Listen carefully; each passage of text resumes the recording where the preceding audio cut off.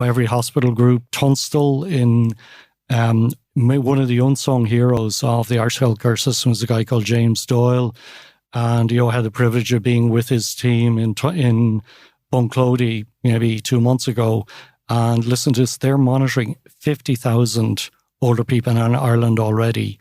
They're kind of, an unknown business. And what is that business? It's called Tunstall Emergency Response. So they instrument people's homes, and they also do remote vital signs monitoring. And that's going to be, they have, really serious export potential because they've teamed up with a company called PanPan, and Gukchan Wang is a Trinity PhD graduate, and he's developed the PanPan watch, and he's worked on perfecting it because many older people would use a pendant, but that's a little bit tricky to use. You have to remember, but you will wear a watch, something like a Fitbit, and if you fall, it's immediately detected. But it's also monitoring your steps. It's also monitoring your pulse rate. So can detect. Another company, you may know David Walsh, who, was the founder and brilliant entrepreneur between NetWatch.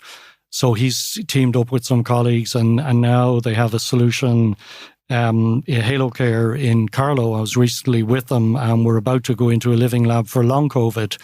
So long COVID is a problem that is actually quite significant, and we're going to start with Sean Kennelly in Tala and the team at Owen Bergen in Tullamore, and we're going to take a cohort of long COVID patients and remotely monitor them. And we think we can do that at 1/20th, 1/30th of the cost. I'd love to hear the ads for that one. You in the blue hoodie, you've got long COVID or something like that.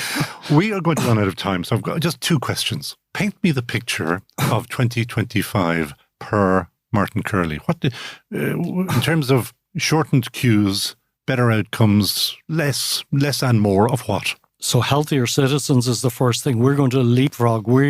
And people don't believe this, but Ray Kurzweil, the law of accelerating returns, he predicts we're going to see 100 years of change in the next 10 years. So this has happened. We actually know how to do this. We just have to decide to do it. And the number one thing we need